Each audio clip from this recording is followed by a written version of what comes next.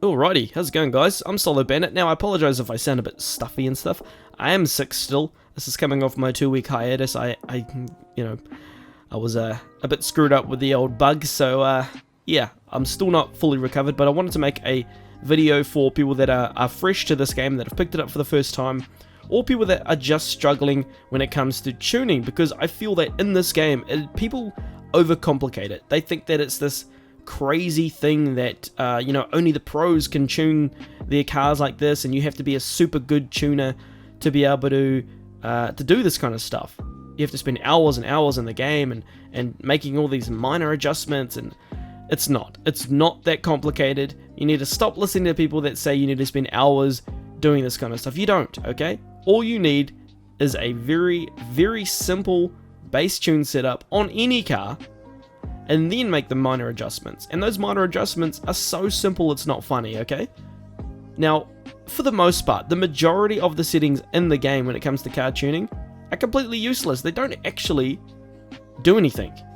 They honestly don't.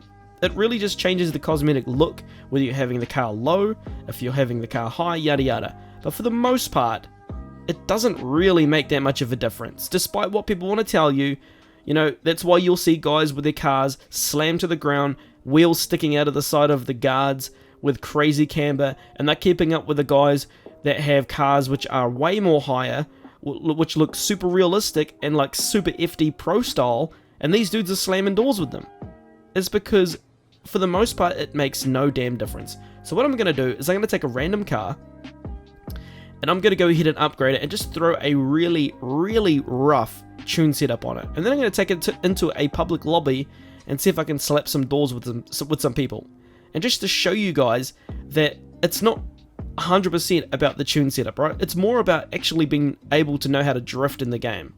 If you can drift, then you're already 10 steps ahead of most people. If you can't drift, then I highly suggest going and practicing in the single player mode against your own ghost. Practice for a couple hours, maybe even a few times a day before you get actually online and go against other people, so you don't ruin their day. But with that said, guys, I'm going to get into it. Now, I do actually own this car and have already upgraded it, so a lot of things are already unlocked, but I haven't used this car since I used to play with 120 adhesion. I play on 100. So the first tip I would give anyone is to stick with 100. Why? No, not because it's faster or it's slower. It's because that's where the majority of the people play. So you're going to get the most competitiveness in those lobbies. You're going to go up against better players in 100 adhesion lobbies. So the first thing I'm going to do is I'm going to go ahead and chuck on the ultimate. I'm going to go to body kits. I'm just going to throw on... What do we got here? I haven't mucked around with this car in a long time. Let's go with that. I'm going to keep it completely the same as that as well. I'm not going to change much. I might change the color.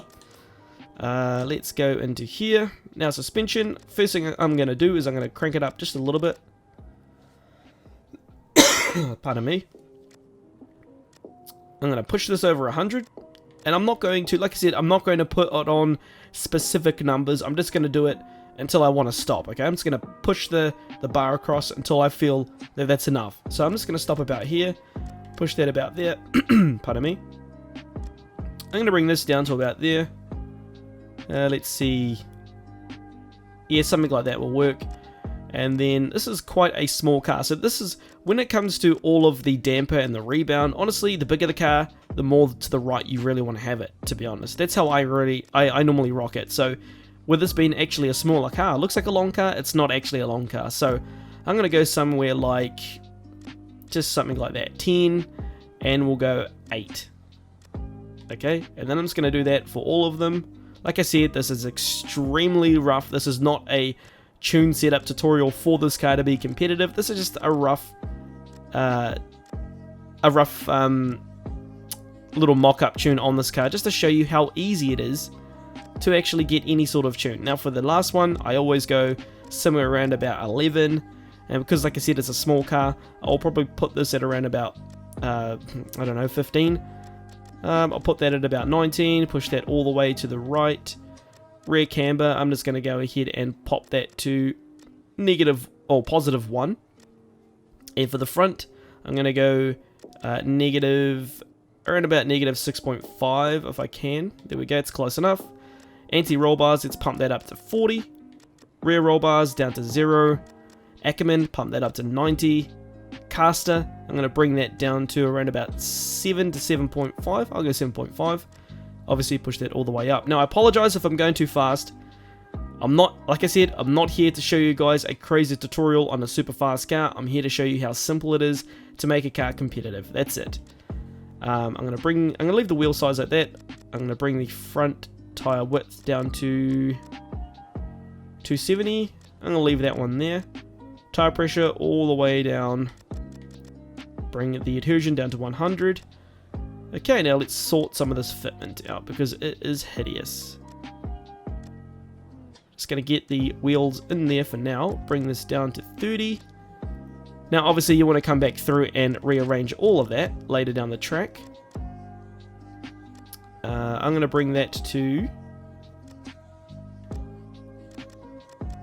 Let's go somewhere like 700 and... Can I bring this down even more? 738, alright? Let's see how that goes. I'm going to bring this down to 70. I'm going to leave that at... yeah, I'll leave that at 300, 220. That's actually fine how it is, 220. 190. And then just bring these down by increments of 10. Oh, where are we going? Wrong way. 190, 170, and 160. There we go. Front brake price. I normally put that just under or just over 2,000. So I'll leave it around about there. Put that at about 75. And remove the launch control. Leave ABS on. And then I'll go all the way back to suspension. And see how low I can get this thing. That looks pretty sick. So I'm going to do something like that. Do that. And then I'm going to come back here, adjust the camber a little bit more. Because every time you lower it, the camber does get kind of screwed around. And I'll bring this in just a tad. Actually, what I'll do is I'll put a little bit more camber on that front wheel. Pop that up by 1. And then pop that just inside there. Boom. Save that, and let's go ahead and paint this bad boy, eh? Let's make it a nice bright color so everybody can see us on the track. Come on, give me the color. Ooh, it's a little bit too low, to be honest. Normally when you go with a low style car like that, you want to kind of match it with a more of a darker color, right? Let's go with something like this. Let's go with a really faded purple. Yeah, that looks nice. And we'll leave the wheels how they are. Alrighty. This thing is probably not going to handle the best. We'll give it a quick test drive. This is what I normally do, guys, with every single car that I ever build. Oh gosh, my headphones are blasting right now. Do a quick wheel test to see if it sticks out. Okay, it sticks out a little bit right there. Does it stick out on the back? A little bit.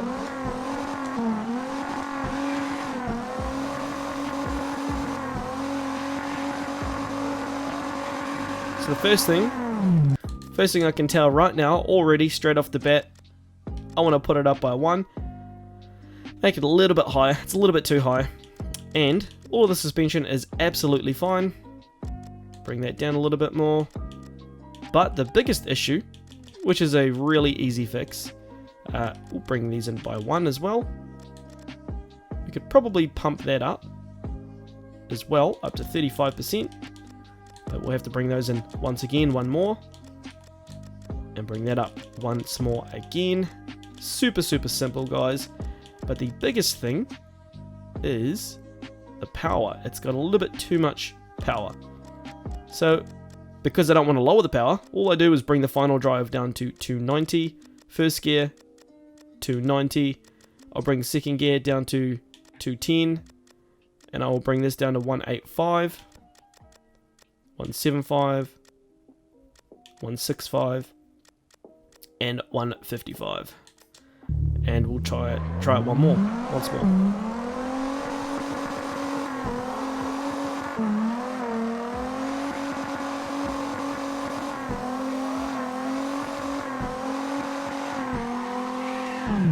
Okay, still super limity, which is something I don't like. I don't like slamming the limiter. I know a lot of people like that. Not me. I'm not a big fan of it. So what we can do to mitigate that is we can just lower the power. Just like that. And possibly just spread it out just a little bit more. And I'm not even going to test that. I'm just going to go ahead and save it. I'm going to jump into a lobby and show you guys that this is super easy. And I picked a difficult card.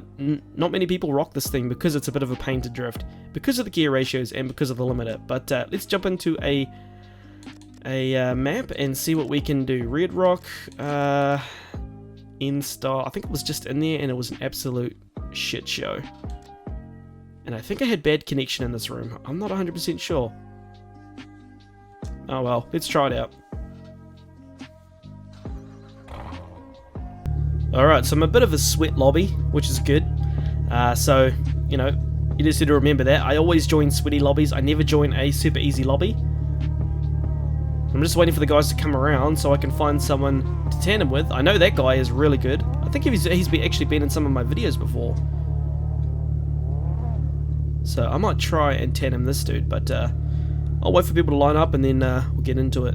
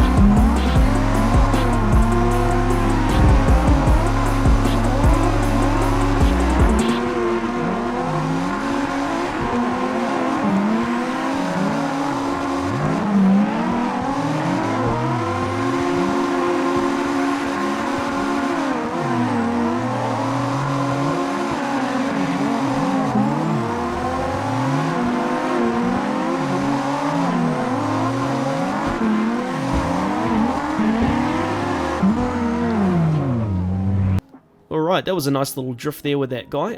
Pretty sweet lines. He was going nice and wide, so I could catch up pretty quick. I had a few issues, as you would have seen, with straight lining and yada yada, but like I said, it's a mock-up tune. This is where you go from. This is where you make those tiny adjustments. It doesn't have to be, everything doesn't have to be lined up perfectly, despite what people say, where you got to have all of these exactly the same, or else it's going to throw the car off, or you can't have this too high, you can't have that too low, yada yada yada. For the most part, guys, it's complete nonsense. You can honestly run a completely stock setup and just mess with the gear ratios and the car will still bang doors. It is that easy. For the most part, the biggest thing that makes the biggest difference in this game is not the tune setup, it's the person driving the car. If you are no good at drifting in this game, it is going to be extremely difficult. And that's when having a good tune setup makes the biggest difference in the world.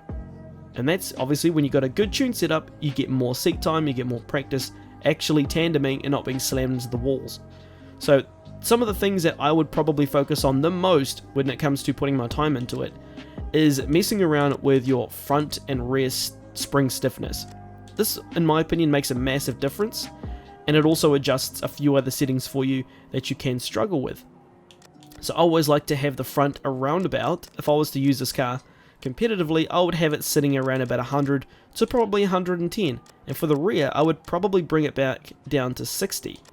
For this here, I would keep it exactly the same. These as well, I would keep that exactly the same. My rear camber, if it was going to be competitive, I would probably leave it at positive 1 to be super competitive. So the majority of this stuff is already set up, ready to go. Some of the other things that make a huge difference: your caster, your Ackerman angle, and your anti-roll bar. Everyone tends to rock this, which is 0 and 0, or they go crazy high and then not so crazy high. And I like to have this 0 at the rear and around about 40 to 30, anywhere between 30 to 50, probably nothing over 50. It all depends on the bigger cars and stuff like that, but around about 40, something like that, is a lot better. And if you need information on why that's the case, you just read the little bits that actually give you the information on the screen, and it tells you, right? If you have more stiffness in the front, it throws it off balance and it puts more weight on the rear, which grips you up even more. Ackerman, I always run around about 90 to 100% Ackerman. There's a lot of people, alright, this is a huge one. A lot of people struggle with speed. I might actually do a separate video on this, so yeah, I'll leave this one for a second video, but for the most part, you want to keep your Ackerman angles around about 90%, and around about 75 for your caster if you're running 90% and higher. Some of the other things you probably want to focus on is getting your tire width at the right size. If you go too fat in the front, you'll have problems turning. You'll find yourself sledging into the walls, and if you have it too low, you'll find yourself straight lining a lot, and you won't get any grip at all. So around about 170 to 185 is probably the max you'd need to go. That way you can run bigger tires in the front as well, and all that good stuff. And some of the other stuff, guys, it's really personal preference. Power, that's completely up to you. Gear ratio, that's dependent on the track. And the brake bias, that's also up to you. For me, I do a lot of brake drifting, so I run a 75% brake bias in the front, and I run it quite low because I have good brake control in my left trigger finger, so I'm okay with it. But if you're not so good with it, you can bump it down. You can even lower this if you wanted to, and then over time gradually bring this up to a point where that feels comfortable for you. Don't just use someone else's tune setup and think that it's going to do the job. You're going to be able to drift like these people.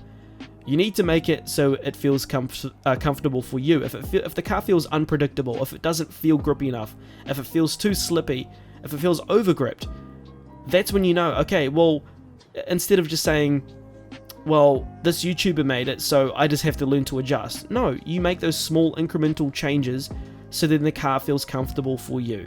So that's what this game is about, guys. And once you get that blueprint down for one car, for the most part, it will work for the majority of cars in the game, and you'll be set, and you'll be good to go. And when the new carx comes out, the carx Streets, which I feel is going to feel, the drifting will be most likely exactly the same, feeling-wise and setting-wise, so you'll be ahead of the game. You'll be ahead of a lot of people. So with that said, guys, if this video was helpful in any way, shape, or form, and you enjoyed it, you want to see more content like this, and you haven't subscribed, please consider subscribing. It does help out the algorithm, comment, and all that good stuff. And with that said, guys, I'm AJ. Well, I'm not actually AJ, that's my old channel, my bad. I'm Solo Bandit, and I will catch you guys in the next one.